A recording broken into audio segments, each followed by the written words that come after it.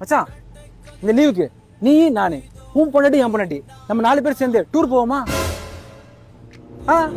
டூருக்கு உன் பொண்டாட்டி என் பொண்டாட்டிடா. உனக்கு எப்படி வந்தது இந்த ஐடியா? மச்சான் உன் பொண்டாட்டி என் பொண்டாட்டி டூரை கூட்டு போயிட்டு அவங்க அப்படியே ஃப்ரெண்ட் பண்ணி விட்டுன்னு வச்சுக்கேன். அவங்கள ஏதாவது பேசி பாருங்க. அப்புறம் நீ நானும் எங்க வேணா சுத்தலாம், எப்போ வேணா வரலாம், எல்லாமே பண்ணலாம் ஈஸியா. கேப்பாரா இல்ல? எப்படி ஐடியா நல்லா தான் இருக்கு. அவுட் ஒரு வாட்டி கேட்டுருவோமா? கேட்டுரு. ஹலோ பாக்கியம், நீ நானு மல்லேஷ் பொண்டாட்டி நம்ம 4 பேரு டூர் போவோமா?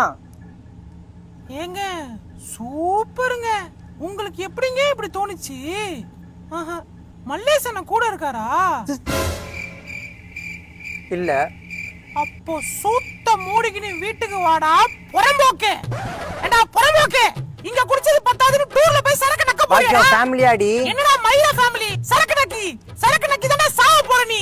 பாக்கியம் ஏய், அந்த மல்லேஷ் இருக்கானே அவன் சரியான பொறோட்டு பட்டாயா.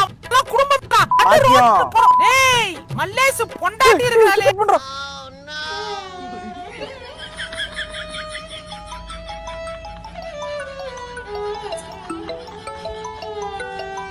ஏழு ஜென்ம பந்தம் மனைவி என்பது இதில் நீ வேறு